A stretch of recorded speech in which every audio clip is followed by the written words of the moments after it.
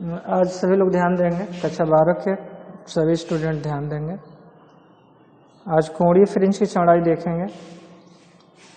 कोणीय फ्रिंज की चौड़ाई, कोणीय फ्रिंज चौड़ाई।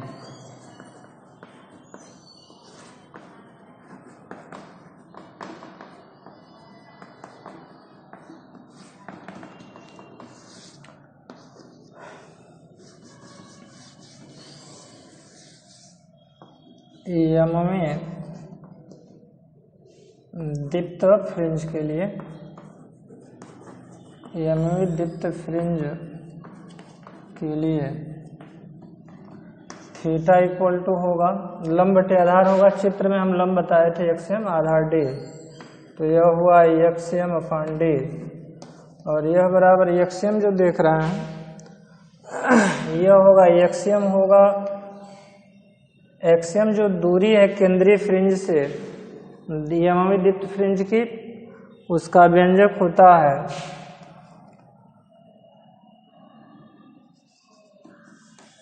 M small d upon capital D. तो यहाँ इस तरह से ध्यान देंगे, यह m capital D upon small D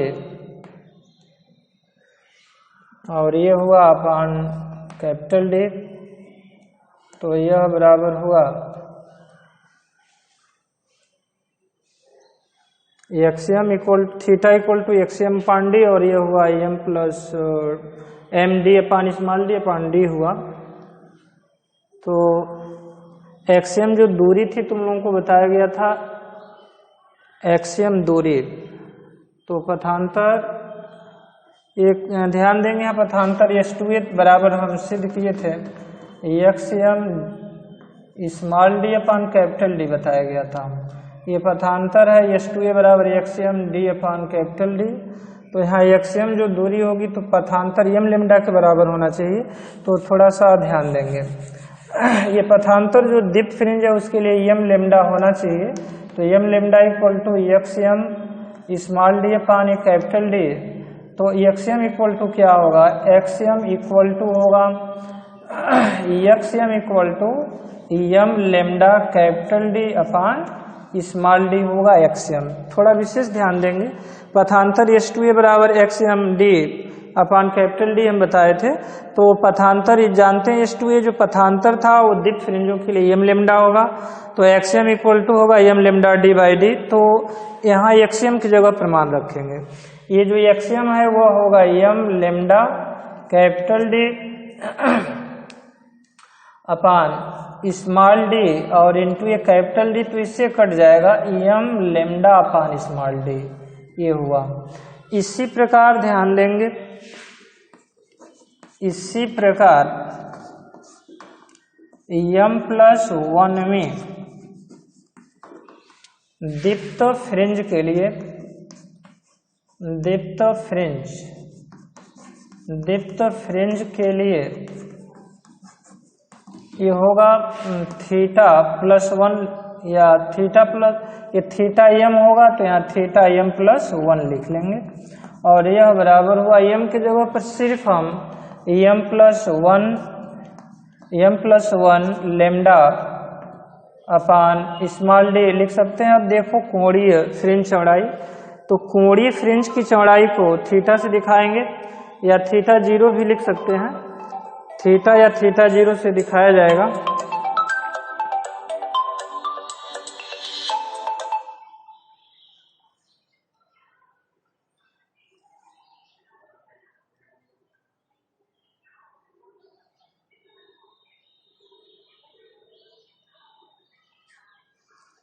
देखो थीटा जो देख रहे हैं कोणीय फ्रिंज चौड़ाई, कोणीय फ्रिंज चौड़ाई,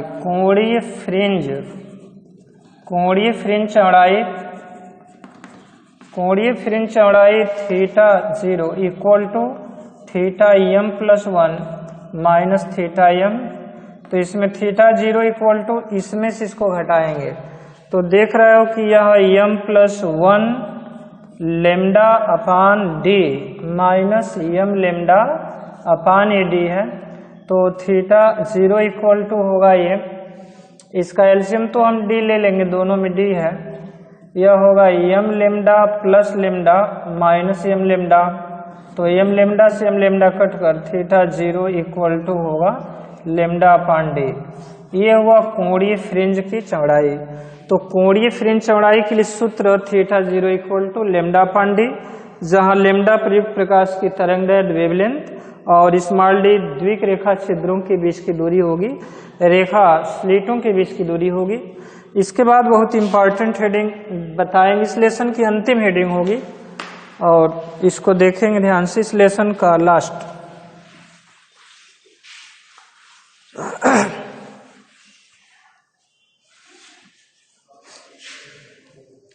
व्यतिकारी किरणपुंज, व्यतिकारी किरणपुंज, व्यतिकारी किरणपुंज, व्यतिकारी किरणपुंज के मार्ग में, व्यतिकारी किरणपुंज के मार्ग में पारदर्शी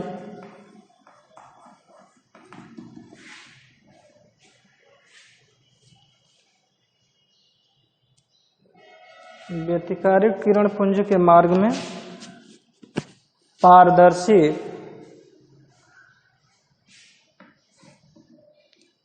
व्यतिकारी किरणपुंज के मार्ग में पारदर्शी प्लेट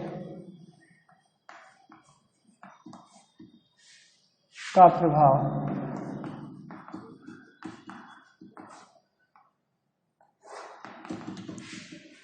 व्यतिकारी किरणपुंज के मार्ग में पारदर्शी प्लेट का प्रभाव।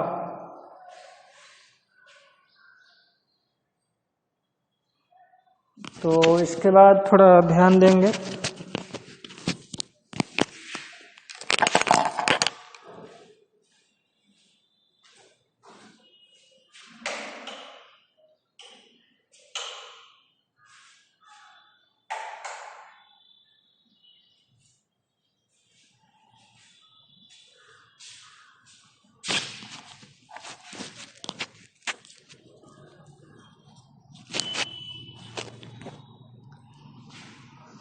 ध्यान देना, ये व्यतिकारी किरणपुंज के मार्ग में पारदर्शी प्लेट का प्रभाव। तो इसमें हम फिगर द्वारा तुम लोगों को बता रहे थे, इसमें द्विक रेखा छिद्र S1 S2 मान लेंगे, S1 S2 द्विक रेखा छिद्र है। माना कि S1 S2 द्विक रेखा छिद्र है, S1 व S2 द्विक रेखा छिद्र जिसके बीच की दूरी स्मॉल डी मान लेंगे और इससे कैपिटल डी दूरी पर व्यतिकारी पर्दा एक लेंगे। कैपिटल डी दूरी होगी, इसको C मानेंगे, यह होगा बिंदु O और S1P एक बिंदु P लेंगे जहां व्यतिकारी किरणपुंज मतलब व्यतिकरण प्रतिरूप बिंदु P पर देखना है। S1P के मार्ग में कोई पारदर्शी पट्टी रखेंगे, पारदर्शी पट्टी रख लेंगे, फिर S2 से P को मिला देंगे। तो S2P से मिलाएंगे और ये दूरी होगा OP को एक्सियम मान लेंगे और ये दूरी होगी कैपिटल डी मानेंगे। इस तरह से कल बताया जा रहा था, यही है थीटा और यहाँ से इस पर लंब डालेंगे तो S1 ये लंब जो था वही पथांतर था। तो देखो ये पारदर्शी पट्टी की मोटाई मान लेंगे T, तो प्रकाश को S1 से P तक जाने में लगा समय, तो निर्वात अथवा वायु में प्रकाश C चाल से चलेगा, T जो मोटाई पारदर्शी प्लेट का है उसमें V चाल से चलेगा। तो S1 से P तक निर्वात अथवा वायु में प्रकाश द्वारा तय की गई दूरी में लगा समय और T मोटाई की जो पट्टी है उसको पार करने में लगा समय देखेंगे। तो प्रकाश को S1P से जाने में लगा समय, प्रकाश को S1 से P तक, S1 से P तक जाने में लगा समय, प्रकाश द्वारा S1 से P तक, प्रकाश द्वारा S1 से P तक जाने में लगा समय, प्रकाश द्वारा S1 से P तक जाने में लगा समय। तो समय बराबर होता है दूरी बटे चाल। यहाँ दूरी दो, एक तो T मोटाई की पट्टी है जिसमें प्रकाश V चाल से और S1P निर्वात अथवा वायु है उसमें दूरी प्रकाश C वेग से चलेगा। तो S1P माइनस, देखो S1P माइनस टी इसमें चलेगा C चाल से, और जो T मोटाई की पट्टी है उसमें चलेगा V वेग से। तो देखो यहाँ S1P माइनस टी अपान ये हुआ C और plus N into t upon C लिखें, क्योंकि ये V by C equal to होता है N, तो V बराबर होगा V बाई C बराबर, यदि N लेते हैं तो 1 अपान V है तो N अपान C हो जाएगा। चाहे इसको ध्यान दो, ये जो आप N होता है, चूंकि N equal to C upon V होता है, तो C को जब इधर लाओगे तो यह हुआ N upon C equal to 1 upon V। मतलब प्रकाश की निर्वात अथवा वायु में चाल और किसी माध्यम में प्रकाश की चाल का अनुपात अपवर्तनांक n होता है, n equal to C by V होता है, या 1 upon V equal to N upon C होगा इसमें। अब देख रहे हैं कि दोनों का C सेम है, तो इसमें S1P लिखेंगे और प्लस इसमें NT और यहाँ माइनस T, तो यहाँ N माइनस 1 इंटू T लिखा जा सकता है। अब देखो S1P plus N minus 1 into T में S1P दूरी है, N माइनस 1 इंटू टी भी दूरी है। इसमें प्रभावी पथांतर देखेंगे, लेकिन व्यतिकारी तरंगों के बीच देखिए पथांतर, बिंदु P पर व्यतिकारी तरंगों के बीच पथांतर,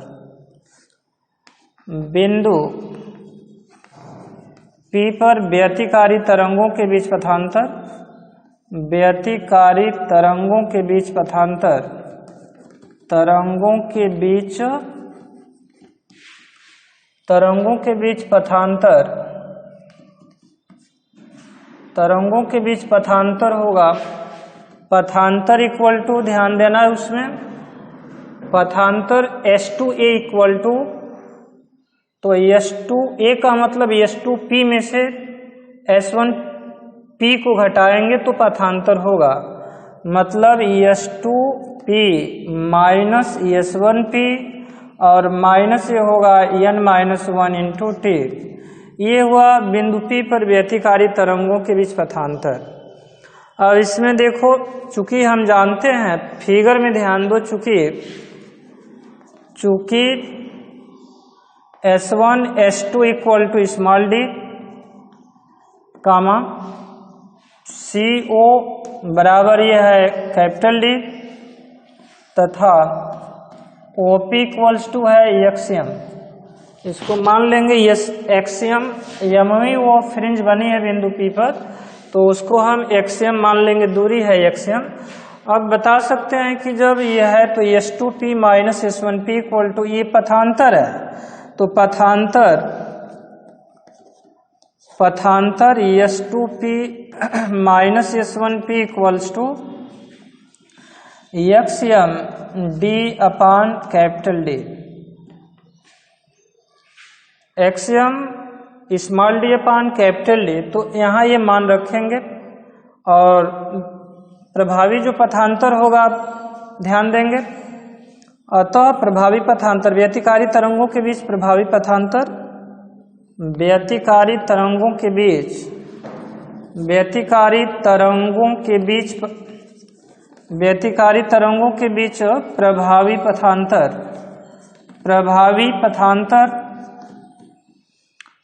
प्रभावी पथांतर होगा S2P माइनस S1P की जगह पर मान रख लेंगे, मान रखेंगे तो x m small d upon capital D minus N minus 1 into t. अतः व्यतिकारी तरंगों के बीच प्रभावी पथांतर x m D by capital D minus N minus 1 into t. यह पथांतर यदि बिंदु P पर यमोमी दीप्त फ्रिंज,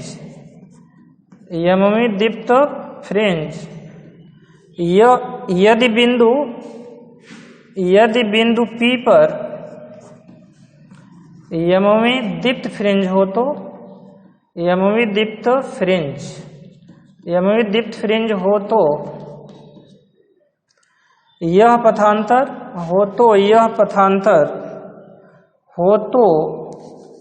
पथांतर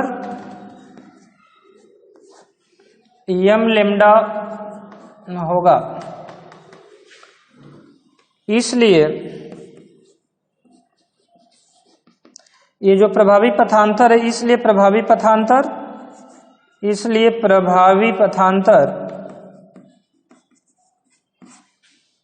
जो प्रभावी पथांतर XMD upon capital D minus n-1 into t वह यम लेम्डा के बराबर होगा। इसलिए प्रभावी पथांतर XM small d upon capital D minus n-1 into t equals to m lambda.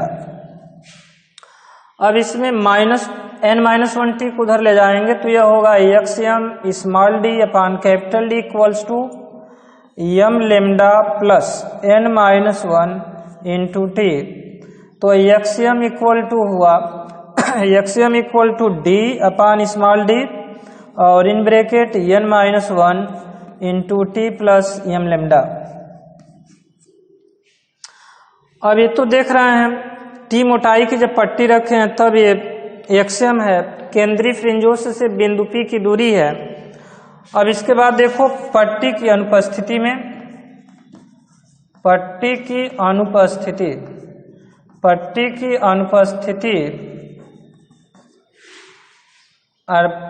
अनुपस्थिति अर्थात t बराबर 0 पर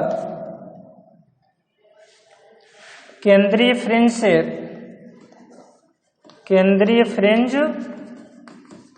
बिंदु P की दूरी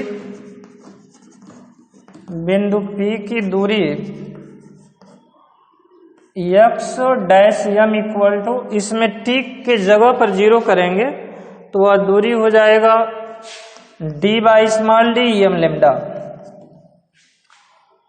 अब इसके बाद देखो पट्टी की अनुपस्थिति में तो x'(m) d by d m lambda, पट्टी की उपस्थिति में d by d n-1 into t plus m lambda.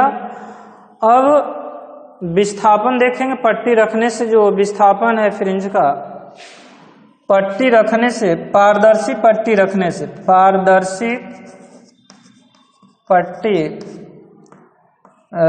से व्यतिकारी किरण पुंज का जो विस्थापन होगा, पट्टी रखने पर विस्थापन x0 इक्वल्स टू, घटाएंगे इसमें से तो देखो यह XM ज्यादा है तो XM माइनस होगा x'(m), तो x0 इक्वल टू XM में देख रहे हैं, दोनों में देख रहे हैं d बाई डी तो कॉमन है, उसको हम d by capital D by small d common ले लेंगे और इसमें होगा n-1 इंटू टी और प्लस यम लेम्डा और यहाँ माइनस यम लेम्डा है, इससे कट जाएगा। या x0 इक्वल टू हुआ capital D upon small d bracket में n-1 इंटू टी। यही होगा विस्थापन पट्टी का। कहने का मतलब पट्टी रखने से दूरी देख रहे हैं, पट्टी रखने से दूरी XM ज्यादा। कहने का मतलब जिस व्यतिकारी तरंगों के मार्ग में, दो व्यतिकारी तरंगों के मार्ग में, जिस तरंग के मार्ग में पट्टी रखी जाती है पारदर्शी पट्टी, उस तरंग की ओर d by D into n-1 into T दूरी विस्थापित हो जाती है फ्रिंज। कहने का मतलब व्यतिकारी किरणपुंज के मार्ग में यदि कोई पारदर्शी पट्टी रख दी जाए तो संपूर्ण व्यतिकरण प्रतिरोध उस ओर विस्थापित हो जाता है जिसके मार्ग में कोई पारदर्शी पट्टी रखी जाती है। इस सूत्र से ध्यान देंगे, इस सूत्र से t बराबर भी हम लिख सकते हैं। इस सूत्र से t इक्वल टू होगा x0 small d upon capital D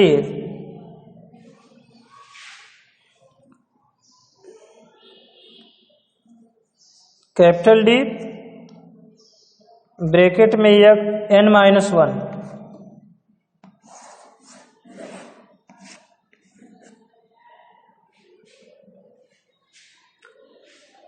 तो ध्यान देंगे व्यतिकारी किरणपुंज के मार्ग में व्यतिकारी किरणपुंज के मार्ग में पारदर्शी प्लेट का प्रभाव।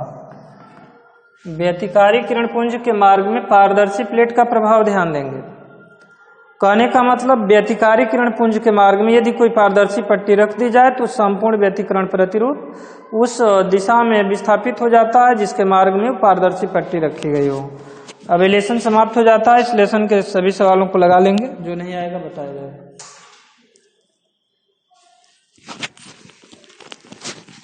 पढ़ाएंगे।